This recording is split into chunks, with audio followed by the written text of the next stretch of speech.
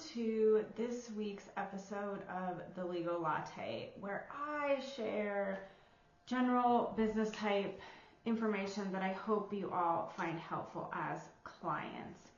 So this week, as we're wrapping up October, and we have a couple months left in Q4, we're getting towards year end, and I wanted to talk about something that I've been reflecting on, and I know some of our clients are also probably at this place as we're closing out the year, is what if things didn't go as you planned? What if you didn't meet your revenue targets and your profit targets? What if some of your other goals you didn't meet? And I like to push myself, right? Like we have up until the very last minute, but in some cases, maybe we are just going to end the year lower than what we thought we were going to from a revenue perspective. So I've been going through a process of trying to reframe a lot of things within my life, and that of course is my business and my personal life.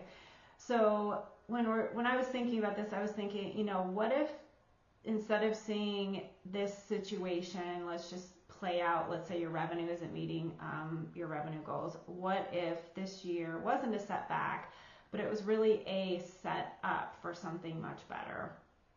And the way that I have processed this, of course, I'm very goals driven, so I measure my success heavily on more revenue, more clients, more results, better fitness, right? Better relationships, all of those things.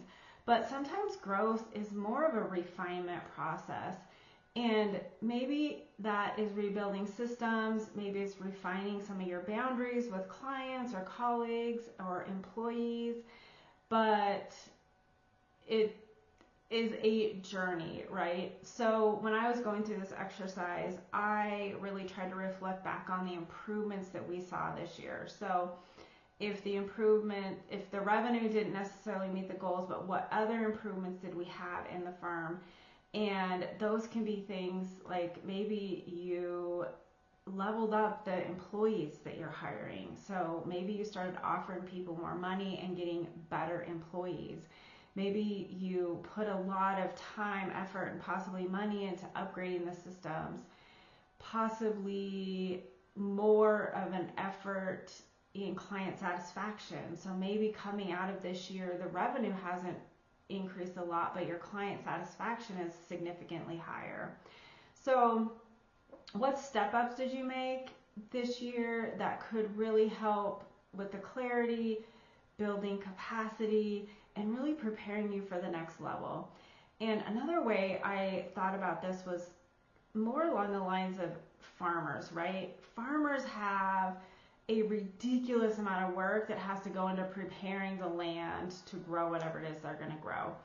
And they have to till the soil, they have to plant the seeds, and all of that is a ton of work. And then they get to the point where, now I can water it, and then it's going to grow, and then I'm going to have my harvest.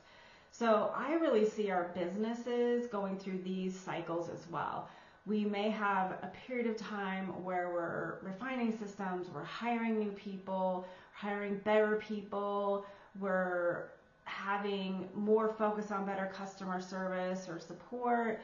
And those are the tough, groundbreaking times, right? Backbreaking times where we are digging in and we are in the weeds, and we're investing in our business in the future. And if we make these investments and we go through these difficult backbreaking times, then we will see the harvest on the other side.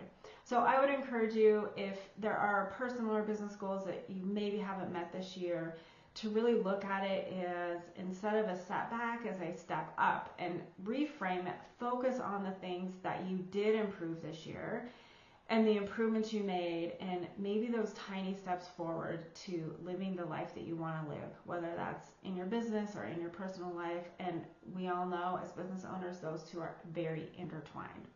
So I hope this week's episode of Legal Latte sparks a few thoughts for you and helps you as you're kind of reflecting on this last year and setting the goals for next year as we move into a brand new year.